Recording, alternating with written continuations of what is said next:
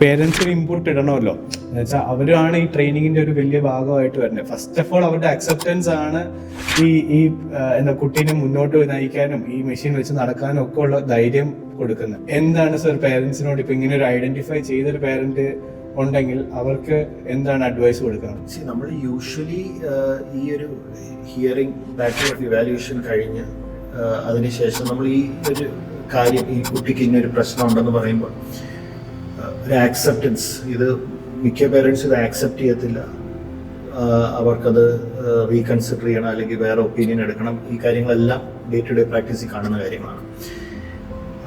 നമ്മൾ മനസ്സിലാക്കേണ്ടതെന്ന് പറഞ്ഞാൽ ഒരുപക്ഷെ കുറച്ച് വർഷങ്ങൾക്ക് മുമ്പായിരുന്നെങ്കിൽ ഇപ്പം ഇങ്ങനത്തെ ഒരു ഡയഗ്നോസിസ് നമ്മുടെ മുന്നിൽ വെക്കായിരുന്നു, നമുക്ക് അധികം ഓൾട്ടർനേറ്റീവ് ഓപ്ഷൻസ് ഒന്നും വരുന്നില്ല.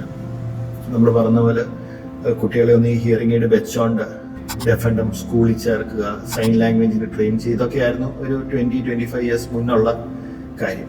ഇപ്പം അതല്ല, നമുക്കറിയാം ഓൾമോസ്റ്റ് മെജോറിറ്റി ഓഫ് ഈ കൺജനൈറ്റൽ ഹിയറിംഗ് ലോസുകൾ നമ്മൾ ഈ ഒരു ഡയഗ്നോസിസ് കൊടുത്താലും നമുക്ക് പേരൻസിൻ്റെ അടുത്ത് പറയാം, അതായത് ഇത് ഔട്ട്കംസ് നിങ്ങൾ വിചാരിക്കുന്ന മാതിരിയല്ല, നമുക്ക് ഈ കുട്ടി ഒരു നോർമൽ ഒരു കുട്ടിയെ പോലെ മെയിൻ സ്ട്രീമിലോട്ട് വരുമെന്നുള്ളത്. പക്ഷെ ഇതിനകത്ത് ഇമ്പോർട്ടൻ്റ് ആയിട്ടുള്ള ഒരു കാര്യം എന്ന് വെച്ചാൽ ആ പേരൻസിൻ്റെ ഒരു വില്ലിങ്നെസ്. കാരണം ഇപ്പം അലക്സ് പറഞ്ഞ പോലെ ഇത് ഇംപ്ലാന്റ് ചെയ്യുക അല്ലെങ്കിൽ ഒരു ഡിവൈസ് വെക്കുക എന്ന് പറഞ്ഞൊരു ചെറിയൊരു ഭാഗമാണ് ഇതിൻ്റെ. പക്ഷെ അതിന് ശേഷമുള്ള ആ next may be 1.5 to 2 years ഭയങ്കര ക്രൂഷ്യൽ ആയിട്ടുള്ള, കാരണം അതിന് പേരൻസ് ടൈം ഇടണം, പേരൻസ് എഫേർട്ട് ഇടണം. നമ്മളിപ്പോൾ തെറപ്പി സെഷൻസ് എന്ന് പറഞ്ഞു, അറ്റ് ദ മോസ്റ്റ് നമ്മൾ ആ സെന്ററിൽ വന്നിട്ട് മേ ബി 1 hour 1.5 hour നമ്മൾ ഇരിക്കും.